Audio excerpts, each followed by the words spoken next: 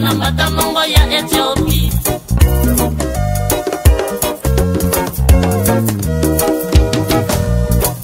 Munti ya Ethiopie.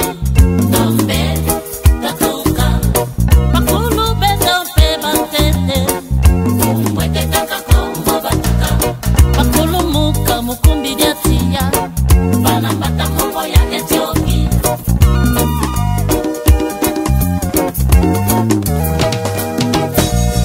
Babutabana kumina bole wana watete ina lukengo wabutane zulum. Le Congo n'a pas besoin, n'a pas la tradition des sang. Et tout le monde le sait. Le génocide, c'est à Kigali, c'est au Burundi. Nous sommes 450 tribus chez nous. Et les gens vivent dans la concorde. Nous ne sommes pas des tribus qui se tirent dessus. Alors, aucune tradition de violation des droits de l'homme, c'est une politisation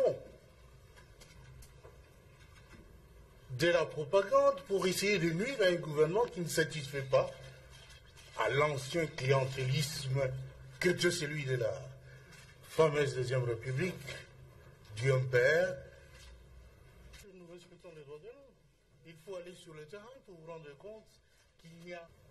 Les troupes étrangères sont venues occuper un pays souverain.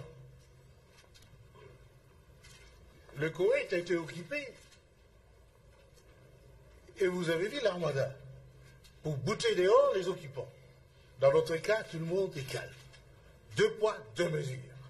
L'injustice, maintenant, il faut en mettre fin.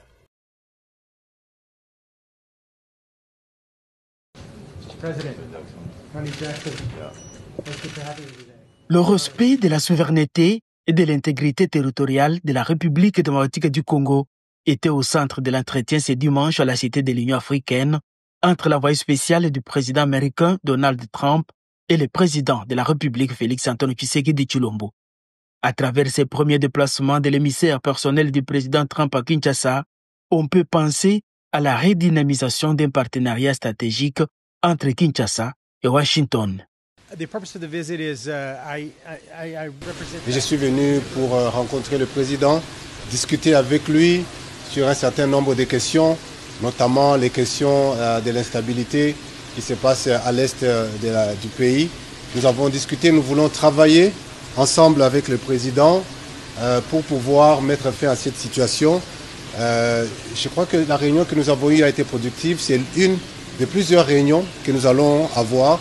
Je vais rentrer aux États-Unis, je vais discuter avec le Congrès, je vais voir aussi la possibilité de discuter avec la Maison-Blanche pour pouvoir mener ces échanges en vue d'assurer que la paix puisse revenir à l'est de la RDC et partout en RDC, parce que cela est la volonté de tous. Les États-Unis, c'est un pays qui est dans une position unique, une position stratégique et une position d'influence. Nous avons une très bonne relation, nos 2 États ont une très bonne relation et nous voulons continuer davantage à travailler pour approfondir cette relation. La Maison-Blanche, qui veut s'investir dans le développement de la RDC, souhaite le faire dans un climat de paix afin de promouvoir l'économie congolaise. Nous voulons travailler pour que les entreprises américaines puissent venir investir et travailler ici en RDC. Et pour cela, nous devons nous assurer qu'il y ait un environnement de paix. Et donc nous allons continuer à travailler avec toutes les parties prenantes.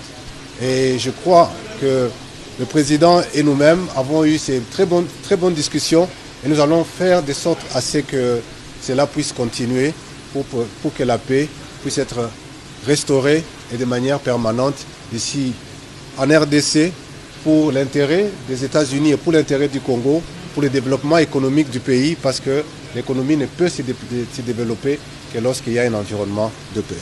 Restaurer la paix et la dignité de tout Congolais reste l'engagement ferme du président de la République Félix-Antoine Tshisekedi.